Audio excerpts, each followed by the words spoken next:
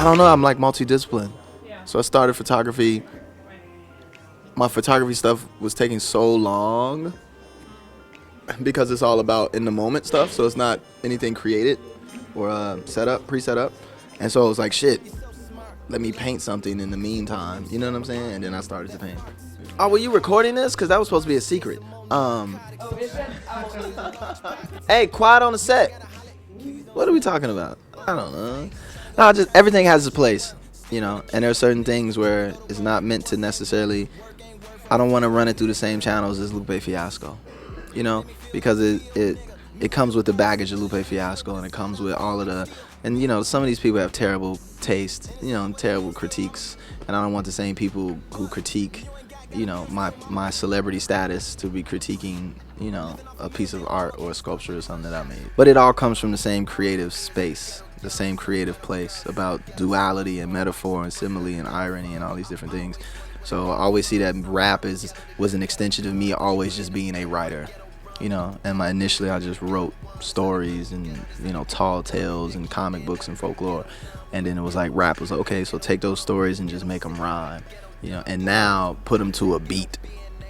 And now I'm just starting to learn, you know, 10, 15 years later, learning how to make rap into a pure art form for myself as an artist. You know, the same way of a painter or a sculptor or somebody would approach a piece of work. That's how I approach my verses, you know. But it took time to be able to learn how to do it.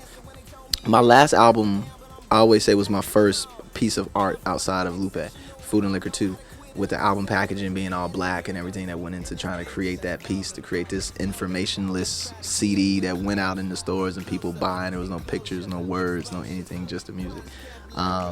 And it was a completely visual experience. So there's elements of elements of what you can do visually, even if it's just in process, that is kind of being folded into my music. You know, because I used to study Jay-Z and Nas, but now I'm studying, you know, Mark Rothko and Kerry James Marshall. So it becomes like, you know, the way they try to introduce feeling or introduce emotion with just a wall of color, or introduce a certain level of irony or a certain level of metaphor with, you know, juxtaposition in these different pictures or shapes or whatever, is now it's like, how can I accomplish that sonically? So we're at a point now for me in my career where it's, you know, I'm still doing music and commercial music and releasing commercial pieces, but my true artistic path is like creating the ultimate six time entendre verse with 15 metaphors and 18 points of reference, you know, in 32 seconds, you know, kind of a piece.